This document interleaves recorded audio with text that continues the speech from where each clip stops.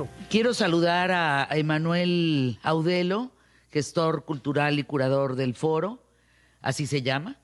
Rodrigo García, coordinador de proyectos culturales para el desarrollo del Centro Cultural de España en México. Vamos a hablar del Foro Internacional de Innovación Social Comunitaria. Fíjense que hace unas semanas se llevó a cabo este foro en el Centro Cultural de España en México. A ver, platíquenme por favor sobre este foro. Me parece que es un evento muy importante. Rodrigo. Tu auditorio, muchas gracias por invitarnos a platicar y a charlar con ustedes sobre este tema que nos parece fundamental. Este año se realiza la Cumbre de Políticas Culturales, Cumbre Mundial de Políticas Culturales que organiza UNESCO aquí en México, después de que hace 40 años se hizo aquí. Y en esta cumbre a la que asisten, digamos, todos los ministros de cultura de todo el mundo, se definirán las políticas públicas que marcarán todo lo que hacen los gobiernos, o lo que harán los gobiernos, incluido el nuestro, en materia de cultura en los próximos años. El foro internacional que hicimos para reflexionar sobre la innovación dame social. Oportunidad de volverme a comunicar contigo, por favor, porque te estoy oyendo con una mala calidad de audio, si eres tan amable. Emanuel, vamos a ver cómo te escuchas tú para reconectarnos con Rodrigo. Emanuel, gestor cultural y curador del foro. A ver, ¿cuál es el trayecto, el trabajo que has tenido que hacer para este foro? Cuéntanos. ¿Qué tal? Buenos días. Gracias por la invitación, Fernanda. Sí, pues este foro es una organización que, bueno, tuvimos que ir adaptando, ¿sabes? Se vino la cuestión de la pandemia, entonces tuvimos que adaptarlo para que fuera de manera virtual. Hicimos una invitación a diferentes organizaciones, colectivos, procesos culturales de Latinoamérica y también de España, y también experiencias desde propiamente del gobierno o exfuncionarios que tuvieron intervenciones en su momento para darle un toque con un enfoque comunitario a los procesos que existen en los territorios. Entonces, este foro internacional un poco se enmarcaba en la idea de tener una incidencia, una voz dentro de esta cumbre internacional que vendrá para septiembre de este año en nuestro país, pero también colocar un tema que es fundamental.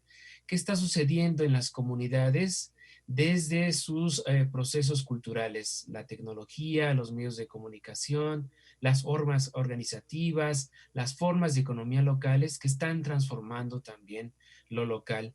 Entonces, bueno, nuestra tarea fue articular, invitar y colocar estos temas diversos en este foro que duró 3 días, y además tuvimos diferentes mesas de trabajo con otras organizaciones, y bueno, tenemos ya diferentes resultados que vamos también a colocar, a llevar a esta cumbre convocada por la UNESCO y enmarcadas por los esfuerzos también del gobierno federal.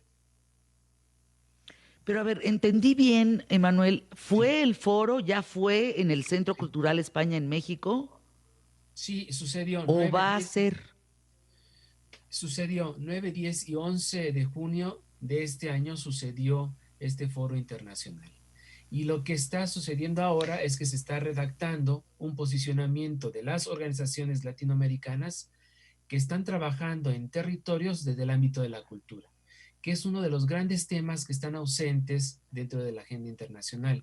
Es decir, si hay un lugar común para pensar el sector de la cultura. Se piensa que es un mundo de creadores, creadoras, del mundo de las disciplinas artísticas, pero los procesos culturales que existen en los territorios difícilmente entran en estos ámbitos. Y lo que quisimos colocar es crear un foro que tuviera que ver con este tema en específico, ¿sí? Entonces ya sucedió el 9, 10 y 11 de junio, y se está elaborando el posicionamiento para llevarlo en septiembre. Argentina, Bolivia, Brasil, Colombia, Costa Rica, Guatemala, El Salvador, España, Nicaragua y México formaron parte. Ahora, ¿qué alcances tuvo este foro internacional en cada uno de estos países y más allá de estos? Rodrigo, te escuchamos. El alcance fue importante. Digamos que tuvimos inscritos más de 100 personas inscritas de todos estos países, con una presencia importante también del interior de la República Mexicana, pero sí también expertos o personas interesadas en temas de desarrollo y cultura viva comunitaria de España y de diferentes países del mundo estuvieron conectados. El foro, yo creo que el impacto más importante que tendrá es la posibilidad de meter en la agenda del Mundiacul, de meter en la agenda de esta cumbre, pues la perspectiva que tienen las comunidades, los territorios en cuanto a temas complejos y temas que impactan en nuestras comunidades, desde la violencia, que es el caso de México, ¿no? Los altos niveles de violencia, cómo se está planteando desde los territorios generar procesos culturales para disminuir la violencia, hasta incrementar la participación o cambiar la perspectiva que se tiene de los comunidades indígenas en diferentes campos. Además permitió tejer una red de instituciones comprometidas con estos temas que finalmente con la idea de que se pueda apoyar proyectos que pasan en nuestras ciudades, en nuestras comunidades y que pueden resolver los temas complicados como finalmente desde el acceso, la opción a participar y ejercer nuestros derechos culturales desde una perspectiva horizontal, desde una perspectiva desde nuestra identidad, etcétera. Entonces pensamos que el foro puede ser un punto de salida para avanzar hacia, primero, fortalecer los proyectos de base comunitaria, visibilizarlos, y segundo, a encontrar nuevas maneras de trabajar desde el ámbito cultural, desde el ámbito social, para apuntalar procesos que nos permitan generar sociedades más justas y en fortalecer el tejido social y construir espacios libres de violencia y actores, gestores culturales comunitarios para la paz. Ahora, ¿qué pasa, Rodrigo, en el caso de México, donde justamente en este régimen que estamos viviendo no hay apoyo a la cultura? ¿Qué pasa en ese sentido? Porque estás tocando el punto toral y digamos que nos retorcemos los mexicanos como almejas frente a la falta de apoyos en ese sentido. Sí, es que yo creo que no se entiende que no es un apoyo, que finalmente es apostarle a un proceso de participación que permita revertir muchos de los fenómenos que tenemos, que ya en principio son complejos por los niveles de pobreza, por los niveles de exclusión, por los niveles de violencia que hay ya en los territorios, pero si no comenzamos, si no hay un inicio de menos para revertir estos temas, fortaleciendo lo que pasa en los territorios, generando la posibilidad de que los niños y las niñas puedan convivir en espacios, digamos, pacíficos, comunitarios, que se estimule la participación de la ciudadanía, pues esto nunca se va a revertir. Entonces, disminuir los presupuestos dirigidos al sector cultural, pero no al sector cultural en abstracto, sino al sector cultural comprometido en los territorios y que trabaja generando procesos de transformación ahí, disminuir los presupuestos dirigidos a las infancias, también en este sentido, a la participación infantil en procesos culturales, pues es prácticamente darse un disparo en el pie, pues, porque los actores que están en territorio son los únicos que pueden transformar lo que está pasando ahí, y necesitan el apoyo, fíjate que una de las características interesantes es que muchos de estos proyectos sobreviven incluso a las administraciones políticas o a los cambios políticos y siempre son muy críticos hacia las administraciones, hacia lo que pasa en sus localidades, y seguirán resistiendo, porque el hecho es que este foro que pensamos, mucho de la idea era visibilizar estos procesos que están ahí, que han transformado, que transforman territorios, que generan y fortalecen el ejercicio de una ciudadanía crítica, y que seguirán ahí, pues esperemos que mucho tiempo, y que además son germen de otros muchos proyectos que se van construyéndose también en cuanto a la participación de los jóvenes, ¿no? Los jóvenes van dinamizando también muchos proyectos en territorio y se van implementando. Esto versus la disminución de los presupuestos, cada vez más la presencia del narco, digamos, cómo No, es que es terrible. Jóvenes. Es terrible, Rodrigo. Estamos viviendo momentos muy complejos en México, para los niños, para los adolescentes, para todos en general. Pero ver que los niños crecen con la opción de sicarios en lugar de con la opción cultural, con la opción educativa, los jóvenes sin oportunidades de trabajo, les regalan el dinero, en realidad no lo invierten en algo que valga la pena. Entonces sí veo una situación muy compleja. Hablaba yo de estos proyectos comunitarios, por ejemplo, de este desarrollo comunitario como en Paraguay, en relación a el agua, cómo han resuelto que todos en Paraguay, todos, absolutamente todos, tengan agua. Y eso no lo hemos ni siquiera logrado en nuestro país, no tenemos hoy los estándares de seguridad mínimos. Y me preocupa mucho. Qué bueno que existe el Foro Internacional de Innovación Social Comunitaria, porque ojalá, y esa es pregunta, permítanme ir a Anuncios QTF, pero les dejo con esta pregunta. A través de este espacio, de este foro, ¿se construyen agendas comunes a nivel Iberoamérica? Me parece que ese es un tema muy importante. Regreso a QTF, estamos platicando sobre la importancia de la innovación social comunitaria. Emanuel Audelo, gestor cultural y curador del foro, y Rodrigo García, coordinador de proyectos culturales para el desarrollo del Centro Cultural de España en México. Gracias por estar con nosotros. Les preguntaba si a través de este Foro Internacional de Innovación Social Comunitaria se construyen agendas comunes a nivel Iberoamérica, hablando de Argentina, Bolivia, Brasil, Colombia, Costa Rica, Guatemala, El Salvador, España, Nicaragua y México. Me parece importante saber si se construyen o no estas agendas. Por supuesto que se construyen agendas comunes, ¿verdad? Hay un plan. Una primera intención de este foro internacional fue el reconocimiento, el encuentro y que pudiera haber una intención de articulación a nivel regional. Existen, pero el punto es que, bueno, tenemos que estar en constante diálogo y esta fue una oportunidad. Luego de este encuentro, bueno, sucede que viene un planteamiento para colocar el tema en este encuentro de la cumbre en septiembre. Pero más allá de eso, la intención es saber dónde estamos, quiénes somos, qué estamos haciendo, de qué forma miramos las vicisitudes que haya en los territorios, y eso propicia mucho seguir en comunicación. Una forma muy ordenada es crear un plan de acción, una agenda común y que podamos encontrarnos y continuar en comunicación. Entonces, la idea es que podamos seguir encontrándonos, visitándonos, ¿no? Poder compartir metodologías, experiencias, formas de trabajo que permitan seguir continuando con este diálogo y también pensando de qué forma llevar un bienestar a otros espacios y también poder ver nuestros territorios que también puedan seguir claro. Encontrándose y también transformándose ahí. Creo que hay una dificultad. No estoy siendo muy positivo, pero hay una dificultad para poder realizar esa transformación, y lo que buscó este foro es, bueno, hay cosas que podemos rescatar, que se pueden seguir haciendo, y que entonces de manera paulatina seguir el encuentro a partir de estas agendas comunes. Me parece que eso es lo que está pendiente, ¿no? Si quisiéramos, me acuerdo que antes de ir al corte, estábamos hablando sobre de qué forma ir colocando presupuestos si hay, ¿no? De qué forma ir colocando el dinero público.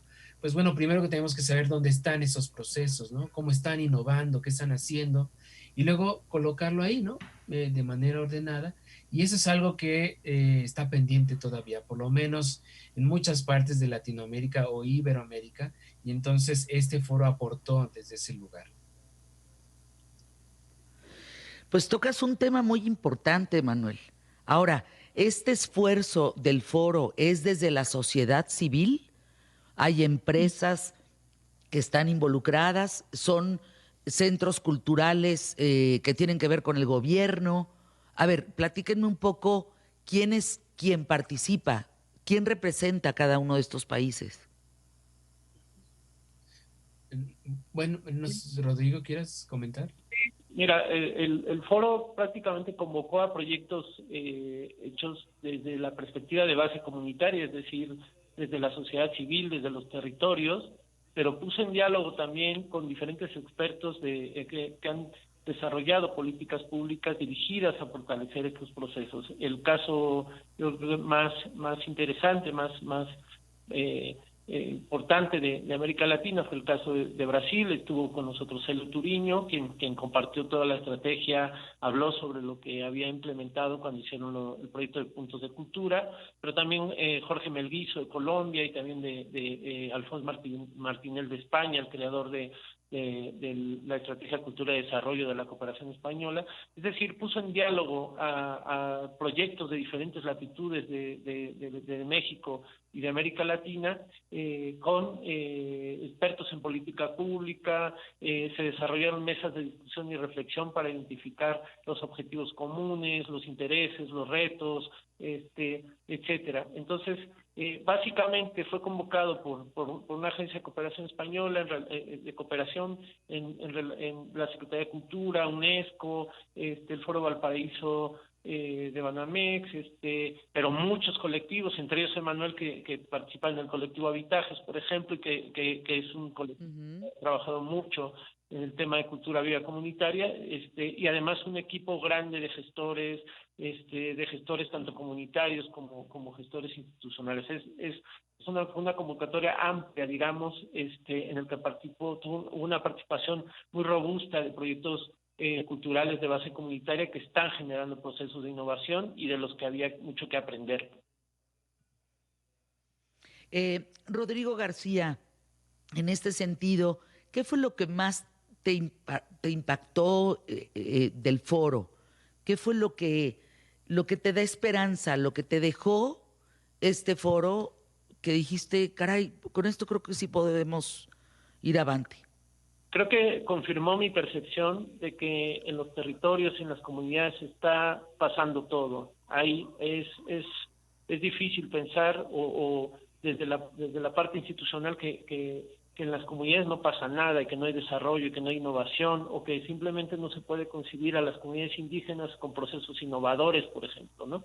Pero se innova en los territorios desde muchas formas, desde la organización, desde retomar procesos de relación entre el campo y la sostenibilidad y la diversidad cultural. Creo que la esperanza es que esto siga floreciendo en muchos espacios del país y América Latina, y que podamos encontrar ejemplos y casos, tipos de comunidades que resisten a muchas presiones, digamos, no solamente de violencia, sino más vinculadas a los procesos de gentrificación, por ejemplo, o de capitalismo tal cual, pues, ¿no?